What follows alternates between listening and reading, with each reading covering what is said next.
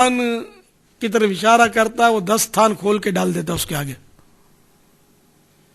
اور اگر یوں لگتا ہے کہ یہ کچھ لے کر جائے گا تو چائے بھی منگوا لیتا ہے یا بوتل منگوا کے رکھ دیتا ہے، 10 تھان کھول دیے، بوتل رکھ دی. اب یہ گاہک تو پھنسا، اب نہیں بھی لینا تو اس کو لینا پڑے گا کہ ورنہ یہ بوتل وصول کر لے گا، میری ناراض ہو جائے گا مجھ سے.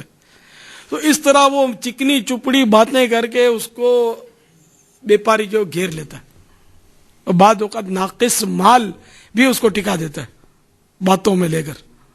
تو نرمی کے ذریعے لوگ اس طرح دنیاوی کام بھی نرمی کے ذریعے چلاتے ہیں. سختی کرے گا گاہک تو پٹ گیا، نہیں بھاگ جائے گا. نرمی تو اس لیے نرمی کو اپنائے. اچھے کام بھی نرمی سے نکلتے ہیں، اچھے کاموں کے لیے بھی نرمی کی جاتی ہے. مثال کے طور پر جب فرعون کے پاس حضرت سیدنا موسیٰ کلیم اللہ علی نبینا وعلیہ الصلوۃ والسلام اور سیدنا ہارون علی نبینا وعلیہ الصلوۃ والسلام کو بھیجا گیا، تو اللہ تعالی نے حکم فرمایا فقولا لہ قولا لینا، تو تم دونوں اس سے نرمی سے بات کہنا. تو نرمی، تو اگر یہ نرمی کرے گی جا کر تو انشاءاللہ عز و جل اس کا گھر چلے گا اور جھگڑا نہیں ہوگا، کیونکہ تالی دو ہاتھ سے بچتی ہے، ایک ہاتھ سے نہیں بچتی. دوسرا یہ کہ جب اس پر سختی ہو تو اس کو چاہیے کہ اس کو پی جائے. اگر یہ جا کر میکے میں بتائے گی تو بہت مشکل ہے کہ میکے میں تسلی دی جائے. اچھا یوں بولا، تیری زبان کٹ گئی تھی، تو نے یہ جواب کیوں نہیں دیا؟ سن کر آ گئی، رب رتی ہمارے پاس، تو بھی سنا دیتی. اب یہ برانگیختہ ہوتی ہے، اور اب وہ جوابی کاروائی، اب جب وہ جوابی کاروائی ہوتی ہے تو یہ ایک ہے وہ 10 ہے، یہ کہاں پہنچے گی؟ اور یوں جھگڑے بڑھ جاتے ہیں. یہ میکے والے جو بعض اوقات کیس خراب کر دیتے ہیں. حضور آپ نے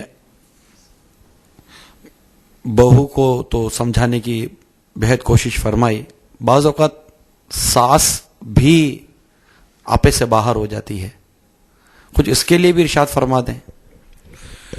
ہاں، ساس کو چاہیے کہ وہ بہو کو اپنی بیٹی سمجھے، بلکہ مظلومہ بیٹی سمجھے، کہ یہ اپنی اصلی ماں سے چھوٹ کر اب میرے پاس آئی ہے، اور یہ اتنی سارا جو گھر بھرا ہوا ہمارا، اس کو بیچاری کو کچھ نہ کچھ خوف رہے گا ان کا کہ یہ سارے کہیں مجھ پر چڑھائی نہ کر دیں، تو یہ ڈرے گی.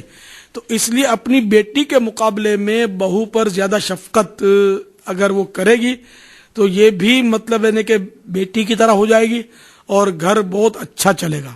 اگر ساس نے ایسا نہ کیا بلکہ اپنی سگی بیٹی کے ساتھ کانا پھوسی کی، اس سے باتیں چھپائی، یوں کر کے باتیں کی، یہ آئی تو یوں چپ کر دیا اور خاموش ہو گئی، تو بہو کو پھر ٹھیک ٹھاک احساس محرومی شروع ہو جائے گا اور اجنبیت وہ محسوس کرے گی، اور یہی جھگڑے کی بنیاد. اس لیے ساس اس کو بیٹی کی طرح تصور کرے. یہاں تک کہ اگر بہو کبھی کوئی کمزور بات کہہ بھی دے تو ساس یہ سوچے کہ میں اپنی بیٹی کی بھی تو جلی کٹی سنی لیتی ہوں، تو اس نے بھی اگر کوئی ایسی بات کہہ دی تو مجھے اس کو بھی برداشت کر لینا چاہیے. اسی طرح کبھی اس نے کام کا منع کر دیا، برتن دھو دو، تو اس نے کہا میں آج نہیں دھو سکوں گی، میرے سر میں درد ہے. تو اب ساس کو اس وقت ساس پر بڑی آزمائش ہے. اگر ساس نے بولا جھوٹ بولتی ہے، جھوٹے بہانے کرتی ہے، سر میں درد کرتا ہے، جھوٹی گئی گی، تو پھر ساس پر کتنی فرد جرم عائد ہوتی ہیں.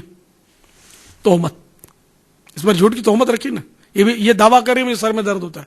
ساس کے پاس ایسا کون سا حالات ہے جس سے اس کو پتا چل گیا کہ اس کے سر میں درد نہیں ہے؟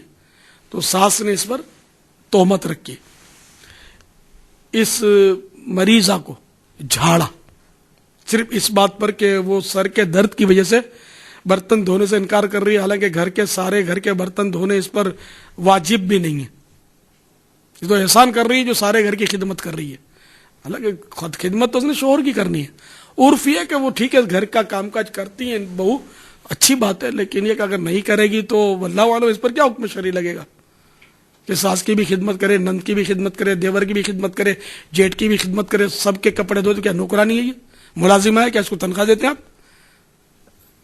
تو کسی سے بیاہ کرائیے تو یہ ان دونوں کا معاملہ ہے. سب کی یہ جو ضمناً خدمت کر رہی ہے، سمجھ میں یہ آتا ہے کہ اچھی بات ہے، یہ کرے، عرف ہے اس پر کہ خدمت کرتی ہے، لیکن اس کو کسی نے واجب لکھا ہو میں نے نہیں پڑھا آج تک. اگر آپ کی معلومات میں تو میری رہنمائی کر دیجئے کہ سارے گھر والوں کی خدمت اس پر واجب ہے شرعاً. بیچاری یہ بھی جس طرح آپ بیمار ہوتے یہ بھی بیمار ہوتی ہے، آپ کا سر دکھتا ہے، اس کا بھی سر دکھتا ہے، جس طرح آپ کا موڈ آف ہوتا ہے بیچاری اس کا بھی موڈ آف ہوتا ہے، یہ بھی ایک انسان ہے. تو اس لیے ساس نے ایک تو اس پر جھوٹی تہمت رکھی، یہاں تک کہ بالفرض اس بہو نے جھوٹ بولا تھا کہ سر میں درد نہیں تھا اور کہہ دیا میرے سر میں درد ہے، تب بھی اس کا اور اللہ کا معاملہ ہے. ساس کو تو نہیں پتا نا کہ جھوٹ بول رہی ہے. تو اس لیے بہرحال ساس نے تو ایک تہمت کا گناہ کیا، دوسرا اس کو بلا وجہ شرعی جھاڑ کر اس کو ایذا پہنچائی، اس کی دل آزاری کی. یہ دو فرد جرم ساس پر تو عائد ہو رہی ہیں بالکل صاف صاف. اب آگے گناہوں کا سلسلہ یوں چلتا ہے پھر کہ ساس اپنے بیٹے کے کان بھرتی ہے. اس کو میں نے آج برتن دھونے کا بولا تو اس نے جھوٹ بولا اور سر درد کا بہانہ کیا. اب یہاں غیبت، تہمت، چغلی لڑوانے کی سازش شروع ہو گئی. اور ساس اس وقت تک خوش نہیں ہوتی جب تک بیٹا بہو کو جھاڑے نہیں، اس کے سامنے بیوی کو جھاڑے نہیں. مارے تو زیادہ خوشی ہوتی ہے، ایک آدھ ہاتھ بھی رکھتے تو بس میرا لال، میرا وفادار. اور اگر بیٹا اپنی ماں کی عادتوں سے واقف ہے، بیٹا اگر ماں کی عادتوں سے واقف ہے اور بیچارہ بول نہیں سکتا، سکوت کرتا ہے، خاموش ہو جاتا ہے، تو مزید تہمتوں کا سلسلہ کہ دیکھا میرا لال، میرا بیٹا کتنا ہونہار تھا، میرا کتنا خدمت گار اور وفادار تھا، اس چڑیل نے جادو کروا کر میرے بیٹے کی زبان بند کر دی اور اس کو اپنی طرف پھیر لیا، اب میری نہیں سن رہا بیٹا. تو یوں کبیرہ گناہوں کا سلسلہ چلا اور گھر بھی بربادی کی طرف بڑھتا جا رہا ہے. نتیجتاً یہ ہوتا ہے کہ لڑائیاں بنتی ہے، اور بیٹا اگر سمجھدار ہے تو زیادہ صورت یہ ہوتی ہے کہ وہ پھر ماں باپ سے، بہنوں سے الگ گھر لے لیتے ہیں. پھر وہی جھگڑے، ہنگامے، جو کچھ ہوتا ہے. آپ سبھی اس معاشرے کے افراد ہیں جو مجھے سن رہے ہیں، کوئی جنگلی تو سنے گا نہیں مجھے، سمجھدار لوگ یہ الحمدللہ سن رہے ہیں. سب کو تقریباً کم و بیش سبھی کو تجربہ ہوتا ہے کہ گھروں میں کس طرح ماحول خراب ہوتے ہیں. بس وہ شیطان جو ہے وہ اس طرح جھگڑے کرواتا ہے اور خانہ خرابیاں کرتا ہے کہ وہ اس نے ایک مٹھائی کی دکان پر جا کر چاشنی کا قطرہ لیا اور دیوار پہ لگا دیا. اس پہ آ کر مکھی بیٹھی، مکھی پر چھپکلی جھپٹی، اس کو نگل گئی. وہ مٹھائی والے کی بلی دیکھ رہی تھی، اس نے اس کو پنجہ مارا کہ چھپکلی مکھی کھا گئی، تو وہ چھپکلی گری.